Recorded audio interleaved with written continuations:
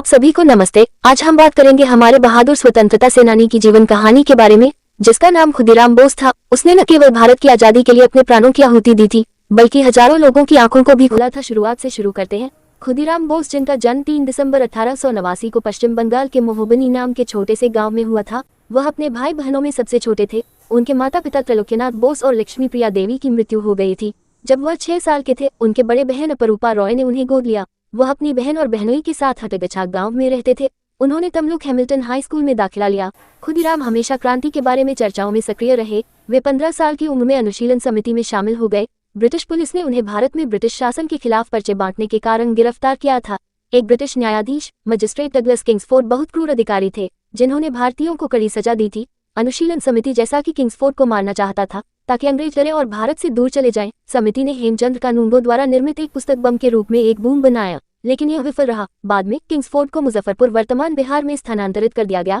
खुदीराम बोस और प्रफुल्ल चाकी दोनों किंग्सफोर्ड को मारने के लिए मुजफ्फरपुर गए। उन्होंने एक धर्मशाला में शरण ली। खुदीराम बोस और प्रफुल्ल चाकी ने क्रमशः हरेंद्र सरकार और दिनेश चंद्र रॉय का नाम अपनाया।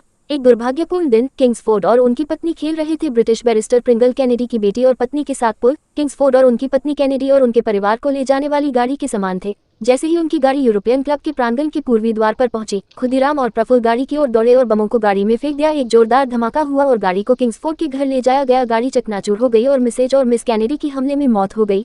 खुदीराम और उसके साथी भाग गए। खुदीराम और प्रफुल्ल कैद से बचने के लिए अपने अपने रास्ते चले गए, लेकिन दुर्भाग्य से वे दोनों पकड़ लिए गए। प्रफुल्ल रेलवे ट्रैक के पास दौड़ रहा था। दुर्भाग्य से वो पकड़ा गया। उसने अपने सिर पर गोली मार दी। खुदीराम 25 मील चल चुका था और वह वैनी नामक एक स्टेशन पर पहुंचा। उस समय बहुत भूखा और प्यासा था। पुलिस कांस्टेबल को उस पर शक हुआ और उन्होंने खुदीराम को पकड़ लिया। उसके पास एक बंदूक थी, लेकिन कमजोरी के कारण फायर नहीं कर पाया।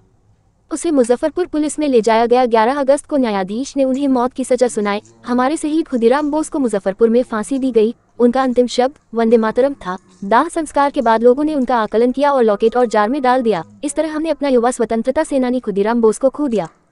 खुदीराम बोस को श्रद्धांजलि देने के लिए एक गीत भी बनाया गया था। इस गीत को लताजी ने गाया था। गीत का नाम एक बार विदाई दे माखुरे असी है। भगवान उनकी आत्मा को शांति दे।